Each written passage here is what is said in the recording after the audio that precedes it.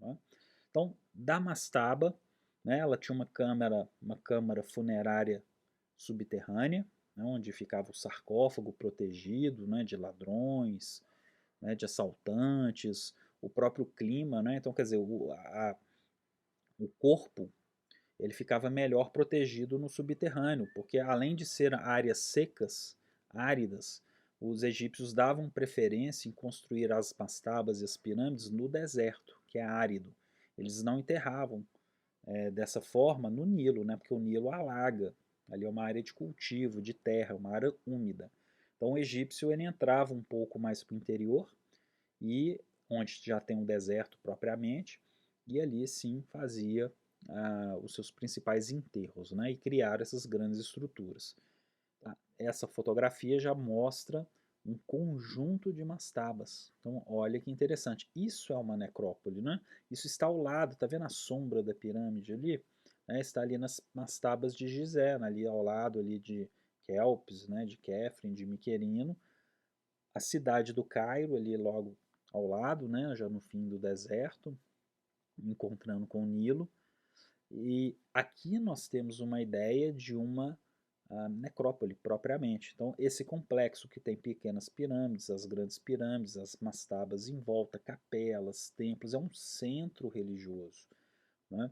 É importante imaginar o Egito, né, as pessoas andando, circulando, fazendo procissões, fazendo romarias. Em determinadas épocas do ano, as pessoas faziam verdadeiras caravanas, igual hoje. Né? Hoje, quem é católico, quem é judeu, quem é protestante, quem é. Né, mas aqui no Brasil, especialmente os católicos, fazem o quê? Romarias, né? De tempos em tempos vão para uma cidade. Né? Os judeus na antiguidade eles tinham que fazer a Páscoa e iam para Jerusalém, quer dizer, grandes massas, né, movimentos de pessoas que se deslocavam para uma outra cidade para cultos e rituais, e depois retornavam para suas casas. Então é preciso imaginar isso com um volume considerável de monumentos, templos, jardins, tem que ter infraestrutura para receber todo mundo, né? Comida, hotel, né? Hospedaria para todo mundo aqui. Né? Hoje nós vemos o que? Nós vemos as ruínas desoladas, né? A pedra, a areia, né? Mas vamos lembrar que tudo isso tinha acabamento, tinha polimento, revestimentos, plantas, né? Que torna o cenário completamente diferente.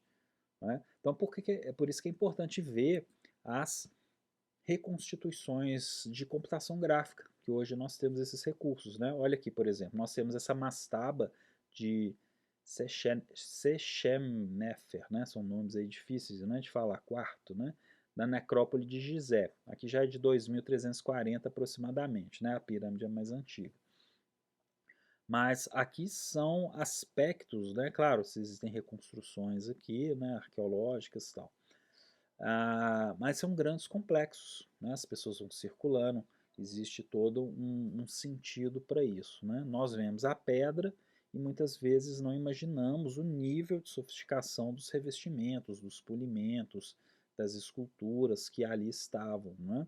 Que foram se perdendo, sendo destruídas pelas religiões, pelas guerras, né? E pelas causas naturais. Aqui é uma parte de uma mastaba, né? Claro, o fechamento dela se perdeu, mas aqui dá para ter uma ideia, né, de como que a arqueologia trabalha. Aqui eu já coloco até uma obra, né, fugindo um pouco, mas é uma obra de um artista contemporâneo, chama Cristo, né, de uma dupla, de um casal, Cristo e Jean-Claude, né, são artistas da Land Art. Eles trabalham com grandes instalações, com obras efêmeras, né? Fantástico o trabalho desse casal, né? O Cristo faleceu aí recentemente, né? 2020, né? E Jean-Claude também, um pouco mais, né? Antes aí do Cristo, né? Mas vale a pena conhecer o trabalho. E aqui é uma idealização, né? De uma instalação, de uma obra efêmera.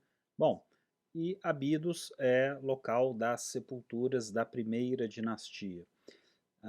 E tudo isso nos remete à questão da harmonia do mundo, né? Esse período da primeira dinastia, quando esses cânones egípcios são estabelecidos, essas questões já estão evidentes. O amadurecimento das tradições egípcias, que se estenderão por praticamente 3.000 anos, já estão praticamente maduras, né? Como, por exemplo, essa ideia das pirâmides, de construções monumentais e da própria mumificação, aquilo que mais nos atrai no Egito, que é um ícone do Egito. Então, por exemplo, a questão das grandes pirâmides, as construções monumentais do Egito. Pelo menos aqui no Antigo Império, temos aquela ideia arraigada na cultura popular que as pirâmides foram construídas à base de chicotada, não é? Mas isso não é bem verdade, né? Porque a arqueologia contemporânea, moderna, contemporânea, já praticamente descarta, né, esse tipo de possibilidade. Ou seja, a maior parte dos operários que construíram as pirâmides eram operários livres, né, mão de obra livre. Isso não descarta uma parcela de escravos, né, ou de uma mão de obra escravas, mas não seria a sua grande maioria, a sua totalidade. Porque no Egito nós temos uma devoção do povo ao faraó, quer dizer, as pessoas precisam construir, erguer esses monumentos, porque daqui esses monumentos vão proporcionar toda uma vida após a morte, toda a prosperidade do Egito, né? Ou seja, se isso não for construído, o Egito não vai para frente, ele não prospera, quer dizer, a própria existência física e metafísica do Egito depende da forma como essas construções irão se organizar, né? Então, da mesma forma que a mumificação, né? Quer dizer, preservar um corpo garante a sua existência da alma em uma outra vida, né? Isso garante para aqueles iniciados, aqueles que têm mais dinheiro, por exemplo, garantem a sua permanência no além por mais tempo, né? Então, por isso que já em cerca de 2600 a.C., o corpo, órgãos e animais já estavam sendo mumificados e esses rituais já estavam estabilizados, né? Então, já ali a partir da quarta dinastia. Então, temos todo um complexo religioso já estabelecido, onde, por exemplo, vemos a figura do Ka, né? O Ka é um tipo de espírito, né?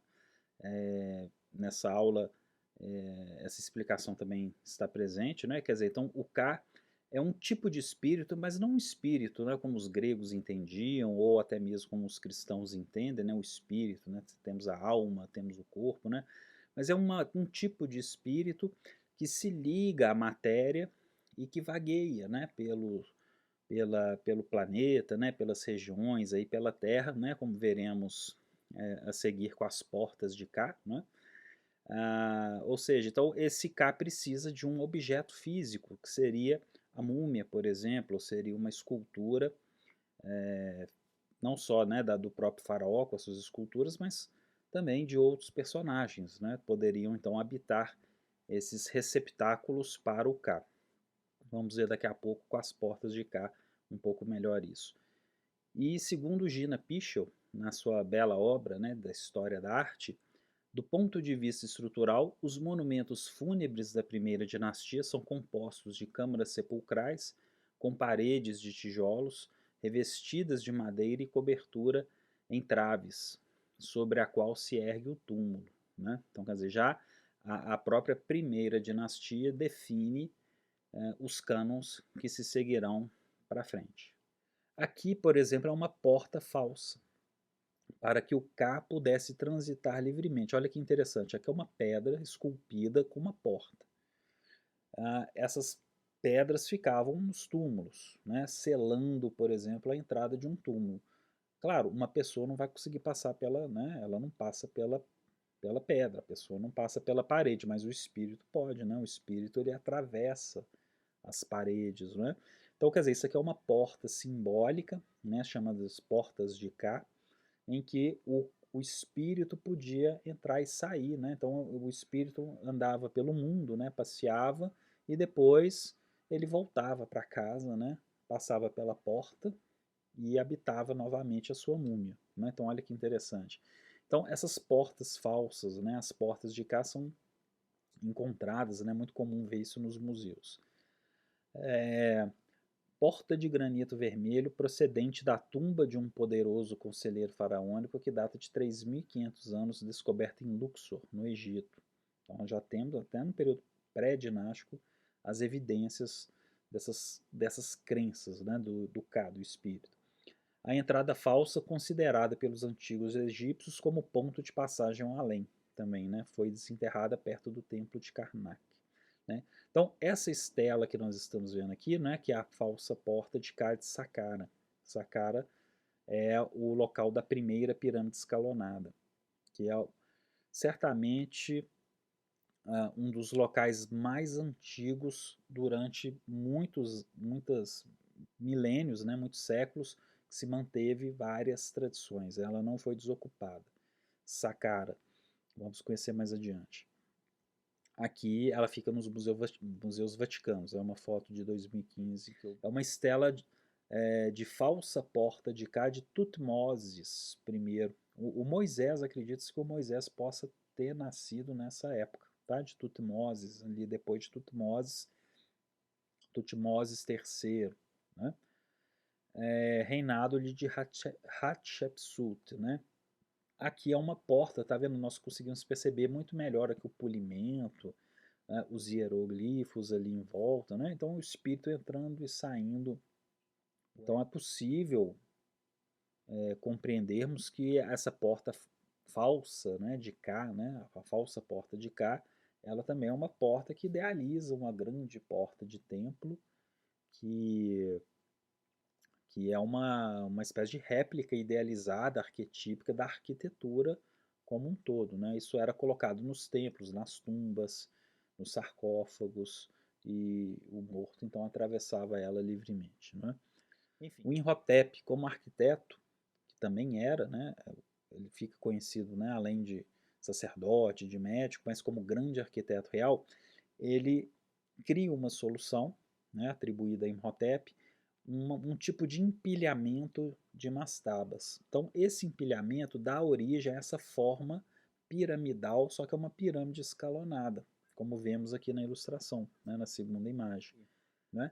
Aí teremos a figura importantíssima de Imhotep. Né? Tem um vídeo só sobre Imhotep. Né? Então, isso será gravado, né? Esse vídeo estará aí disponível.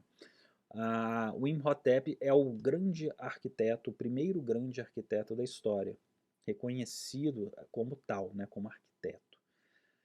O que ele vai fazer? O que o Imhotep vai fazer? Ele era um erudito em várias áreas, inclusive ele se torna um deus posteriormente, um deus ligado à medicina, à sabedoria. E aqui justamente é a fotografia, né, mostrando como é a pirâmide escalonada de Saqqara, importantíssimo centro religioso, centro vital da religião egípcia, que será ocupado durante toda a existência do Egito praticamente. Né? Saqqara nunca foi abandonada, pelo contrário, era um centro nervoso, né, de toda a cultura e da religião egípcia. Né? Mas por essa imagem, né, dá para termos então a ideia do tamanho, da dimensão dessa primeira pirâmide escalonada derivada da mastaba. O sarcófago, né, a tumba funerária continua no subterrâneo, né, depois vão ter complexos sistemas de túneis, que vão inclusive ter túneis falsos, câmaras falsas, né, para enganar os ladrões, com pequenos templos, pequenas capelas, né? Enfim, a primeira pirâmide escalonada ela surge por volta de 2650, né, por ali. E ela é derivada das mastabas. Então é como se eu pegasse essa forma trapezoidal, que eu vou mostrar aqui daqui a pouco, foto dela, e elas fossem empilhadas. Então surge daí a primeira pirâmide de degraus, 2650. E já na quarta dinastia, 100 anos depois, cento e poucos anos depois, com Gizé, com Quéops, com Quéfren, Miquerinos, já se encontra essa pirâmide perfeita, né, com os seus lados lisos. As pirâmides eram revestidas de calcário, né, nós vamos ver isso também mais adiante. As pirâmides brilhavam no sol, né, porque hoje a gente vê a pedra, a ruína. Mas é importante imaginarmos essas pirâmides com uma superfície lisa, bem branca, brilhando ao sol, né? Agora, entre a pirâmide escalonada que vemos ali e a pirâmide perfeita, na terceira ilustração, aconteceram algumas evoluções. Os egípcios não acertaram de primeira, né, a pirâmide perfeita. Então existem pirâmides que desmoronaram, existem pirâmides com ângulo diferente, né, foram tentativas de se encontrar uma solução arquitetônica que falhou, né? Nós vamos conhecer mais para frente essas pirâmides que fazem parte dessas etapas, né? Mas enfim, essa época da grande pirâmide de Gizé, que é uma das 7 maravilhas do mundo antigo, a última que restou, né, que está de pé, ela é, claro, a marca do Egito, né? É o que tornou o Egito famoso, né? Até hoje era aquilo que mais chama atenção, né, conforme eu disse. Então a pirâmide ela é um túmulo, né? Ela é um túmulo. Qual que é a função de uma pirâmide? Guardar o corpo do faraó, né? Não tem nada de administrativo, não tem nada de governo. Tá? Se compararmos com a Mesopotâmia, vamos lembrar que o zigurate é a estrutura, que é uma pirâmide também, né, uma estrutura escalonada, que parece a pirâmide de degraus, mas o zigurate, ao redor do zigurate, existem edifícios com funções de administração, biblioteca, mercados, né, quer dizer, o centro nervoso e espiritual da cidade. No topo do zigurate, né, o próprio zigurate tem uma função religiosa, né, mas em torno do zigurate existem os principais centros administrativos e intelectuais de uma cidade da Suméria, da Mesopotâmia. Né? Aqui não, no Egito não. Em torno de uma pirâmide, tudo é em função dos mortos, né? Uma necrópole, uma cidade para os mortos, com túmulos, mastabas, pirâmides menores, enfim, capelas, templos tal. E em 2550, aproximadamente, temos as pirâmides, né? A pirâmide de Khufu, né? A pirâmide de Kelps, né? Khufu, Kelps é o nome, né, grego, né, que se dá aí ao Khufu, da quarta dinastia. A pirâmide de Kelps não é a do meio não é a maior. Né? A Kelps é a que está lá atrás, a terceira. Né? Ela é a maior, né? Mas na perspectiva da fotografia, do meio parece ser maior. Ela é a única maravilha do mundo antigo existente. Khafre, né, que é o Khephren, filho de Khufu, construiu ao lado a sua pirâmide mais a esfinge. Então, a pirâmide do meio é a pirâmide de Khephren, né, filho de Kelps. Então, aquela cara da esfinge, que veremos também mais adiante, ela mostra o rosto de Khephren. Tá? Então, as teorias apontam para isso. Tá? Que seria o rosto de Khephren. E a pirâmide menor, né, essa pirâmide que está aqui no primeiro plano, é a pirâmide de Miquerinos. Então temos aqui a primeira pirâmide, essa menor é a de Miquerinos, Khephren e Kéops, né? Memória dessa. Então, o que é interessante percebermos na pirâmide, né, que está dado aqui. Vamos olhar aqui no meio, né, a pirâmide central. Percebem que a ponta dela, ela possui um revestimento enquanto desmoronou, foi retirado com o tempo, né, terremotos, pessoas iam lá, retiravam pedras para fazer outras construções durante o final da Antiguidade, durante a Idade Média, durante o período islâmico. Essas pedras das pirâmides foram sendo retiradas, né, além dos próprios abalos sísmicos, né, coisas do tempo, intempéries e tal. Mas a ponta da pirâmide ainda possui uma parte do revestimento, ela é mais lisa. Então imagine toda essa pirâmide lisa, né, todos os lados, todas elas lisas, com uma cor bastante clara, brilhando ao sol. Né? Também é importante lembrar, né, imaginar que ao lado dessas pirâmides, né, vemos que tem pirâmides menores, atribuídos aí possivelmente a rainhas, né, princesas e tal, as mastabas em volta dessas pirâmides e também com certos jardins, né, algumas áreas com jardins, porque a água podia ser bombeada, né, formando jardins nessa região, e não apenas esse deserto, né? Mas é uma área desértica e para frente temos já a parte alagada, né, a parte verde, né, do Rio Nilo. Ah, então é preciso imaginar essas pirâmides completamente revestidas e brilhando ao sol, com acabamento fino, né? No seu topo havia uma pedra piramidal, né? Uma pedra conhecida como pedra Bem-Bem, né? Ou Pyramidion, que era uma pedra sagrada que ficava sempre no topo das pirâmides e também no topo dos obeliscos. A pedra Bem-Bem representa a montanha primordial, né, que seria a montanha por onde surge, né, o primeiro Deus. Tem a história do dilúvio, né, gente? O dilúvio é um mito universal. Então, depois que as águas cedem, né, elas vão desaparecendo, né, e a terra vai surgindo, a primeira coisa que apareceu no mundo foi uma pirâmide. Então, por isso que os egípcios vão sempre associar essa ideia da criação do mundo com a pirâmide que também tem referência ao sol, né, a luz do sol que desce e se espalha, e uma espécie de montanha artificial. Claro, a montanha é um sinal pontífice entre a terra e o céu. Então, qual que é o melhor contato do homem entrar em contato com a divindade, né, com as divindades? Através de uma montanha, através da altura. E para se atingir as alturas, nessa época, a única tecnologia possível, o sistema construtivo possível era fazer pirâmide. Por quê? O homem não conseguia fazer um prédio vertical. Claro, né? Não tem tecnologia, não tem material. Então a pirâmide é sempre a solução óbvia. Por isso que ela é um arquétipo arquitetônico. Nós vamos encontrar pirâmide no Egito, pirâmide na Tailândia, pirâmide na América Central, né? Os maias, os incas, né? Os astecas lá principalmente, né? Os maias, os astecas, né? A pirâmide, porque é uma, né? Os zigurates da Suméria é uma solução até óbvia, né? Porque a base é sempre maior. Então ela pode ser empilhada, né? Quer dizer, a ideia da pirâmide foi sendo construída de forma a fazer uma montanha artificial. Né? Então, nesse momento, as pirâmides irão dialogar muito com os zigurates da Suméria, como grandes estruturas do Crescente Fértil. Né? Mas toda essa parte era necrópole, uma cidade para os mortos. Então, imagine a importância da morte no Antigo Egito.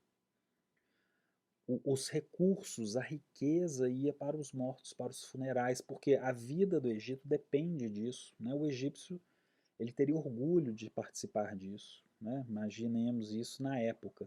Porque se o egípcio não constrói dessa forma monumental para os seus mortos, especialmente para os seus reis, o mundo poderia não continuar existindo. Né? O egípcio precisa agradar as suas divindades através dos seus rituais. Né? Então isso exige uma arquitetura à altura. Né?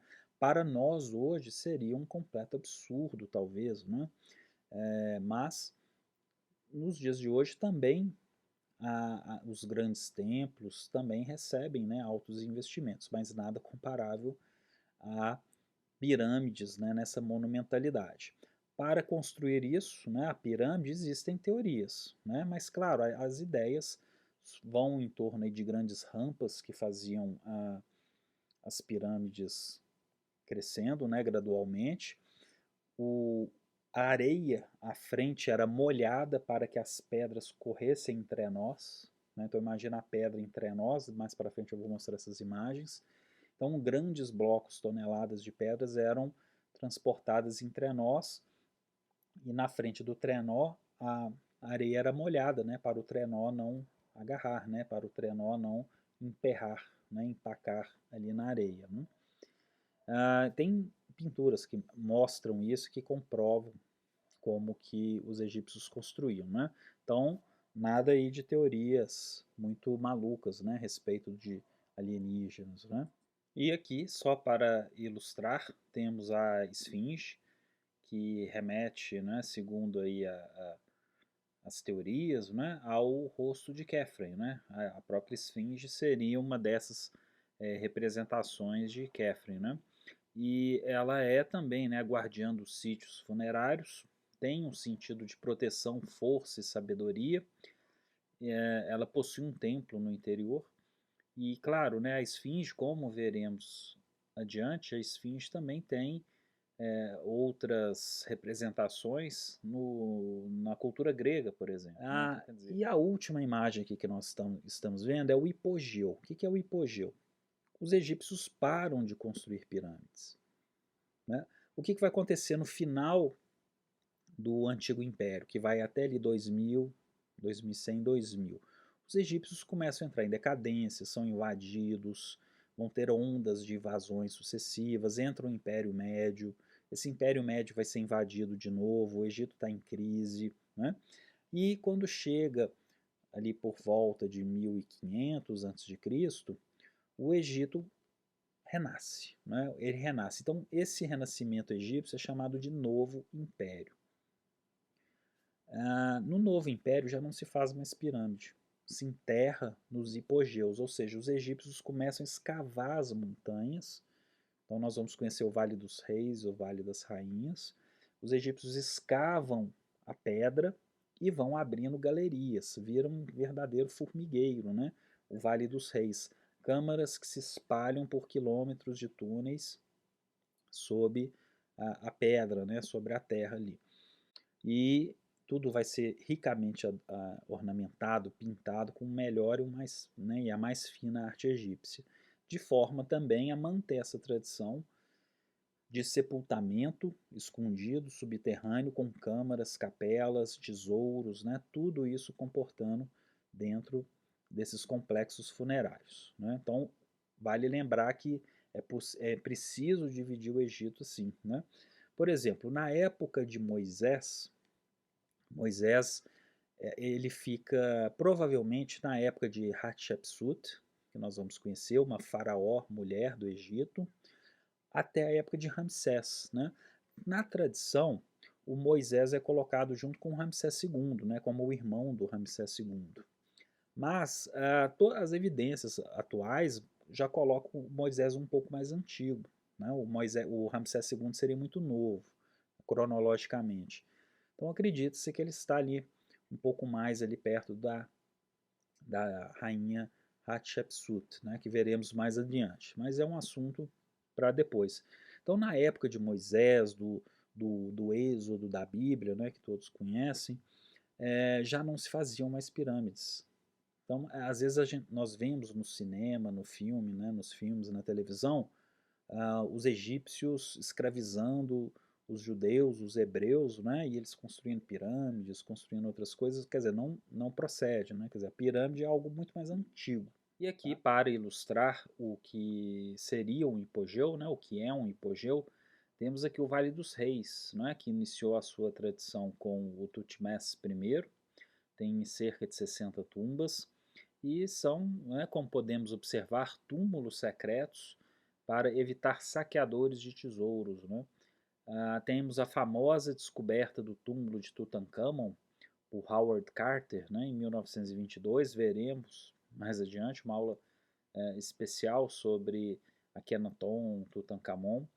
E próximo do Vale dos Reis temos outro complexo de hipogeus, que é o Vale das Rainhas, né, que já tem cerca ali de 80 tumbas. Né? Então, por aqui podemos perceber que dos melhores exemplos da arte egípcia fica enterrado, né? Quer dizer, fica nos subterrâneos, nesses hipogeus que são, né, esses grandes complexos labirínticos, né, que se assemelham até um formigueiro, né? Quer dizer, com túneis que muitas vezes um se sobrepõe ao outro, né? São estruturas realmente impressionantes. Enfim, aqui nós já temos, num período já bem posterior, né, no Novo Império, uma distância aqui já de 1000 anos, né, uma maquete do Ramsésium, né, que é da época de Ramsés II e também grandes complexos da época de Ramsés III. Né. Então, Ramsés II, filho de Sete. Sete tem então Ramsés II, depois vem a dinastia, né, os Ramsés, né, Sete, Ramsés II, Ramsés III, por aí vai. Então temos a ideia, né, de um templo com as suas estruturas, as salas, as câmaras, os templos, o hipogeu, que são essas estruturas cobertas. Então o hipogeu, que é uma área escondida, uma área encoberta, né, um termo também que será utilizado nas arenas romanas, né? Aquela parte subterrânea onde ficam os gladiadores, né? Os hipogeus. Já é uma arquitetura com uma característica diferente. Nós temos, por exemplo, na fachada frontal, os pilonos, como vamos conhecer mais adiante nas aulas de Novo Império, né? Então, isso aqui é uma marca, uma característica que se liga mais ao Novo Império. Tá? Enquanto a pirâmide, vamos associar a pirâmide mais ao Antigo Império. Tá? Quando a gente já começa a fazer diferença, né? Dividiu o Egito em três, Antigo, Médio e Novo, né? Sendo que as arquiteturas mais monumentais se localizam no Antigo e no Novo. Aqui, por exemplo, já é o Templo de Ísis em fila, já é o domínio, a ocupação grega, e depois vem a ocupação romana. Então, mesmo os gregos ocupando o Egito, eles mantêm a tradição, né? O próprio governante grego se proclama um faraó, né? Que é o Ptolomeu I.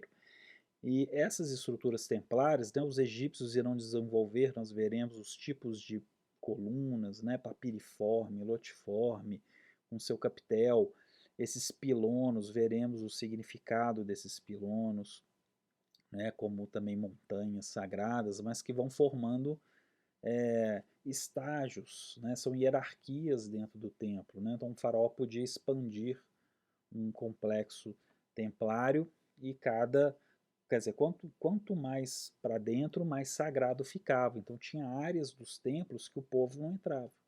Era uma área dedicada aos sacerdotes. E nesses templos funcionavam bibliotecas onde os escribas aprendiam a ler, escrever, traduzir os textos sagrados, fazerem seus rituais.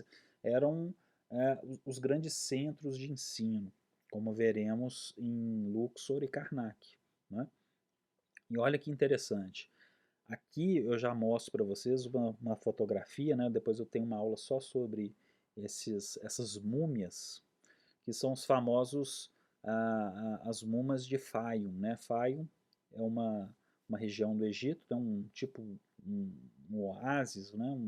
Propriamente, e que já mostram os rituais de mumificação, mas misturados com a cultura greco-romana. Então, no caso aqui nós vemos retratos romanos, quando os romanos conquistaram o Egito, né? O Egito virou uma província romana, do século III depois de Cristo, na época romana. Então, eles continuavam mumificando, seguindo aquelas tradições, mas tendo um acabamento, né, um retrato feito na moda romana, né, no estilo romano, com as técnicas romanas, especialmente em cáustica, né, que é um tipo de pintura com cera.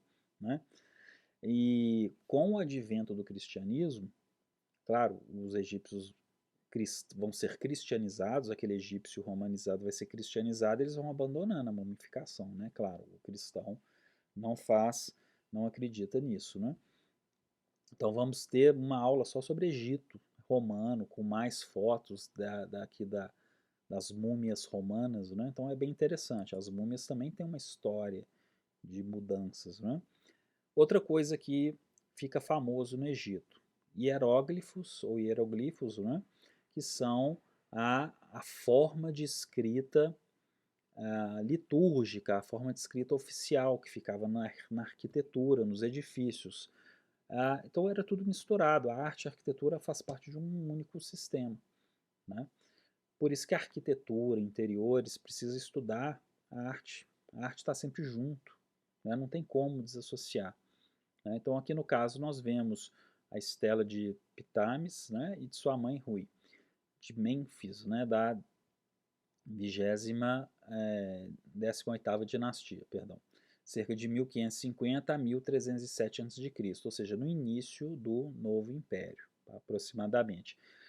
E essas fotos são interessantes porque mostram, né, como que esses hieróglifos eles são dispostos nos museus, né, então é possível visitá-los. Né? Aqui, por exemplo, é um fragmento, né, pintado, tá vendo? A gente pode ver até o pigmento, as cores da época, porque os egípcios depois davam uma camada de tinta, de pigmentação com cores muito vivas, com branco vivo, com azul vivo, né? Um vermelho, um amarelo. Né?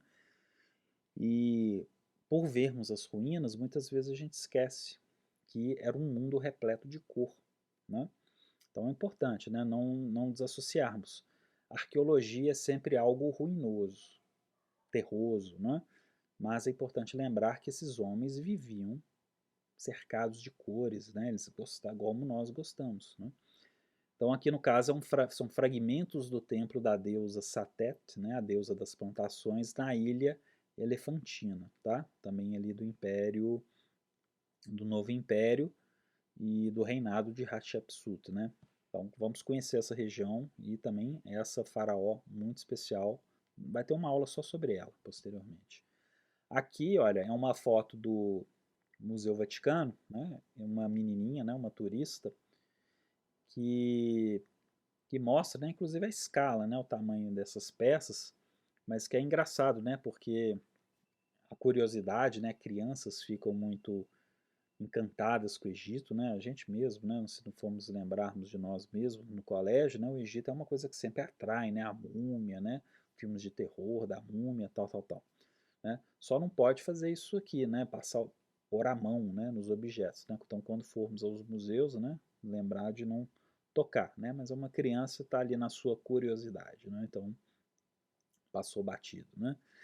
Então é bem interessante, né? Quer dizer, tentar visitar os museus, conhecer essas relíquias, né? Agora, quando falamos de hieroglifos, como que isso foi traduzido, né? Isso que é interessante. Nós vamos chegar numa figura que chama Champollion, né? Quer dizer, o Champollion, ele foi um erudito francês que acompanhou as tropas de Napoleão Bonaparte, em 1798, 99.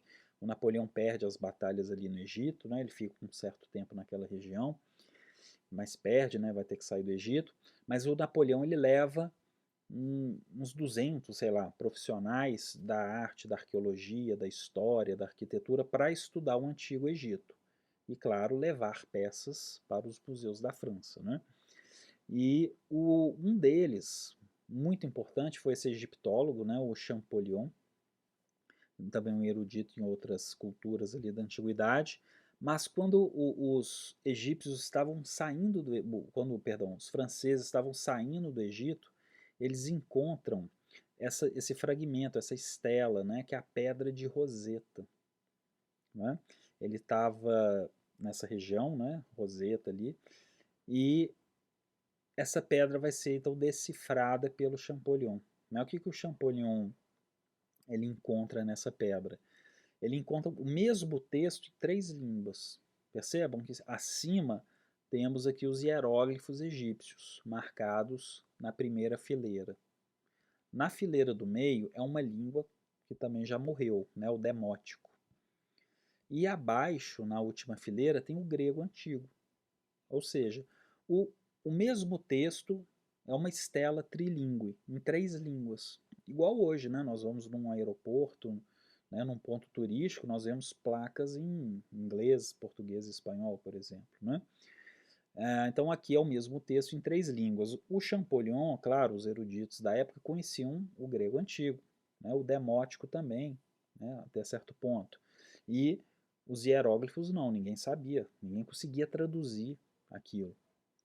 Né? Havia até uma especulação de que os hieróglifos eram a língua que o Adão e Eva, né, que Adão e Eva falavam, né, por ser tão antiga, tal. Então, o Champollion começa a fazer a comparação dos textos e vai decifrando o hieróglifo egípcio. Então, essa pedra ela é importantíssima para a história. Né? Ela está no Museu Britânico, né, no British, e, e foi a partir dela que a tradução foi se desenvolvendo. Então, cada vez mais foram se encontrando mais fragmentos e fazendo traduções, né? Enfim, então temos aqui a importância desses personagens históricos. O que atrai também no Egito, né? A múmia. Então, grandes museus também possuem múmias. E essas múmias são realmente uma coisa impressionante. O nível de conservação desses corpos, né, os órgãos internos precisavam ser, alguns, né, muitos removidos, o coração poderia ser substituído por um escaravelho de pedra, o cérebro era retirado pelo nariz, né, e haviam outros frascos, né, para guardar os órgãos, que eram também passavam por processos de mumificação, e é realmente impressionante. Então, esses museus, por exemplo, o Louvre de Paris, eles têm coleções absurdamente grandes, né, fora do Egito, né? Tanto que existe aquelas controvérsias, né, as polêmicas, os egípcios pedem que esses museus devolvam, né, essas obras para o Egito e tal. Nós vamos discutir também isso mais para frente, né? A própria Grécia também pede de volta muita coisa aí. Nós vamos conhecer mais para frente. Mas é impressionante por quê? Porque mesmo passando os séculos e os milênios, os egípcios mantêm essas tradições. Elas quase não se alteram ao longo de 3.000 anos. É uma tradição muito forte, não é? Assim chamada lei da frontalidade, que vamos conhecer também daqui a pouco. E, ou seja, isso mostra como que o Egito tinha uma estabilidade, tinha um governos e uma tradição muito fortes, muito arraigadas. Não é? Então, um artista ele não tinha o conceito atual que nós temos, um arquiteto também, né? De inovar, né? De fazer o novo, de quebrar barreiras, né? Então a gente tem essa visão do artista como alguém criativo que está ali superando, né? Tal. Na antiguidade, né, e até em outros períodos mais recentes, o bom artista é aquele que segue a tradição, né, que faz bem feito a tradição. Ele não está ali para romper, né, para inovar, né, ele está ali para seguir a tradição. É claro que vão ter momentos do Egito que vão tendo evoluções, vão tendo caminhos, né, que vão mudando tal, mas de maneira geral não. O egípcio vai manter essa tradição. E é interessante vermos aqui, né, no caixão de serviços, né, funerários de Sutmés, que era um controlador geral das finanças do templo de Amon-Ra em Karnak, já no Novo Império, nós vemos que as camadas de um sarcófago eram várias, né? Haviam várias camadas, cada camada, as camadas iam recebendo também ornamentos, pinturas, metais preciosos, pedras, né? Enfim, são várias partes de um ritual. Aqui é interessante, olha por quê. Essa esquife de Ori, onde eu fotografei ela? No Museu Nacional da Quinta da Boa Vista, no Rio de Janeiro. Aquele museu que pegou fogo, né, em 2018. Né? Então, olha que interessante. A esquife de Ori, que já é também no Novo Império, né, 1100, 1050, né, 20ª dinastia, e provavelmente de Tebas, mas aqui é um exemplo do patrimônio que o Brasil perdeu. O Museu Nacional da Quinta da Boa Vista, que pegou fogo em 2018, né, ele perdeu um acervo, gente, incalculável. Era belíssimo o museu, era realmente um museu impressionante. Então vamos ver como ficará aí a sua reconstrução, a sua restauração, o que sobrou do acervo, que vai ser recuperado, né? Quer dizer, isso nós vamos conhecer daqui a algum tempo, né? Mas realmente perdemos um grande patrimônio. E aqui são esses vasos canópicos, estão vendo? Que dentro desses vasos, que os animais também, né, dentro do politeísmo egípcio, cultuados, né, o macaco, o crocodilo, a águia, né, enfim, o hipopótamo. Dentro desses vasos, aqui nós vemos, né, aquilo que eu havia comentado, né, são recipientes utilizados para colocar órgãos, né, retirados do morto durante o processo de mumificação. Né? Então, quer dizer, os órgãos internos que iriam apodrecendo, né, naturalmente, eles eram retirados, tratados, mumificados e eram colocados nesses vasos. Esses vasos ficam, né, eles eram colocados ao lado ali dos sarcófagos, dentro das tumbas e, né, nos subterrâneos. A forma destes processos materiais e recipientes variou ao longo do tempo. Canopo era o nome de uma cidade costeira egípcia localizada na região do delta do Nilo, né? Que vai ser ali a região de Alexandria, ali perto. Ali, né? Então é interessante, quer dizer, as minúcias, né, da arte egípcia. Bom, e como eu de costume coloco fotos de museus, de vitrines, assim que eu posso, né, consigo, vemos aqui emblemas e símbolos devocionais egípcios em uma vitrine. Temos aqui o olho de Horus, o Ankh, que é a cruz ansada, escaravelhos, que representam um Kepri, Tet, né, o nó de Ísis, e o Djed, né, quer dizer, representa Osíris, a estabilidade e a permanência. Vários desses símbolos, né, como por exemplo Aqui temos, né, temos o olho de Horus, aqui temos o Djed, né, objetos, amuletos que os egípcios cultuavam, que são encontrados nessas tumbas, que são encontrados junto aos mortos, né, junto aos sarcófagos, né, egípcios desses períodos. Aqui temos os Shabit, né? O que é o Shabit? São esses amuletos egípcios, né? Aqui, olha, é uma coleção lá no Museu Vaticano. Alguns, inclusive, são feitos de vidro, né? Eles são vitrificados, eles têm um azul ali de cobalto, que é um pigmentos que foram sintetizados pelos egípcios. Né? Os egípcios foram conhecidos por terem feito o primeiro azul, né? Sintético, né? Que vem ali do vidro, né? Da vitrificação. Então, o que é um chabita? É um tipo de estatueta funerária de aspecto mumiforme, né? Quer dizer, ela tem essa forma de múmia, né? O pezinho junto, né? As pernas ali coladas, uma forma assim bem triangular, que substituía o falecido nas tarefas agrícolas após a morte. Aquela ideia, né, do espírito ocupar uma estátua, né?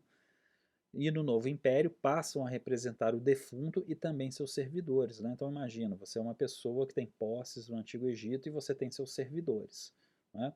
Que podem ser escravos, podem ser trabalhadores pagos, né, tal. E assim que e na sua morte você pagou, né, por status, essas estátuas irão te servir na vida do além, né, que também irão ter o seu, os seus espíritos respectivos, né? E aquilo que eu havia falado, né, da lei da frontalidade, né, já estamos aqui caminhando para o final dessa introdução. O que é a lei da frontalidade? É justamente uma lei quase que imutável durante 3.000 anos. Essa forma de representação que estamos vendo aqui, né?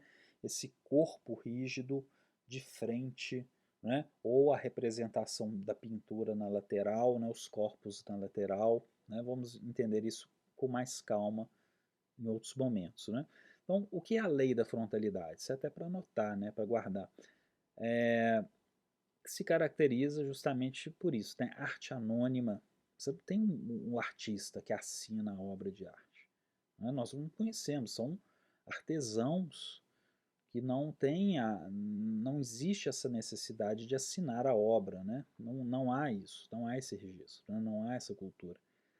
Revelando o domínio da técnica pré-estabelecida em detrimento da criatividade individual do artista. Justamente, o artista não é aquele ser criativo, ele é o ser que coloca a tradição ali. Então, por isso que há um padrão. A lógica do estilo egípcio. Apenas 3 pontos de vista, né? Quer dizer, o frontal, o perfil, né? Como o pessoal costuma falar, né? A egípcia, né? Aquela forma em que o corpo é representado na lateral e na vertical. Olhos e ombros de frente, cabeças e pernas de perfil, né? Muito típico da pintura. Representações de atividades físicas eram desvinculadas da divindade real, abrindo mão desse estilo de composição. Né? Bom, e chegando na reta final, o que nós vemos aqui? A escultura de Haotep Nofert, que justamente foi encontrada em uma mastaba, né? Uma mastaba ali na pirâmide da Shur, uma dessas pirâmides imperfeitas que fica no meio do caminho entre a pirâmide escalonada e as pirâmides perfeitas de Gizé. Né? Veremos isso com mais calma nas aulas exclusivas para os assinantes. Né? E ela já nos dá também alguns cânones que ficarão aí 3.000 anos na arte egípcia, logo aqui no ano 2600, né? Então retornando um pouquinho aquelas explicações anteriores. Então, claro, né, o cânon do homem que é representado aí na cor vermelha, a mulher representada na cor branca, né? Isso não tem a ver com a cor da pele real da pessoa, são cânones, são formas de distinção dentro da tradição egípcia, né? Quer dizer, essa pele mais clara, mais amarelada, mais pálida para as mulheres. Né? O azul, comumente utilizado para águas, o verde para plantas, enfim. Né? Temos essa posição sentada que remete ao todo o respeito, né? Quer dizer, é uma arte que não está nos mostrando uma atividade física, por exemplo, né, mas sim uma postura solene própria para abrigar aquele espírito de cá, né? Então, esse modelo escultórico ele permanece durante cerca de 3.000 anos. Haverão mutações, sim, claro, haverá alguns picos de mudanças de uma criatividade, por exemplo, com Akhenaton, na época de Tutankhamon, mais especialmente com Akhenaton. Vamos conhecer também isso numa aula especial, porque, claro, o assunto é muito extenso, né? Não cabe aqui numa aula de introdução, mas enfim, os cânones egípcios são um dos elementos fundamentais para fecharmos, né, para compreendermos melhor o que uma civilização cuja tradição pôde oferecer e ainda continua oferecendo para todos nós. Então eu agradeço aí a presença de todos, né, espero que tenham gostado e até a próxima.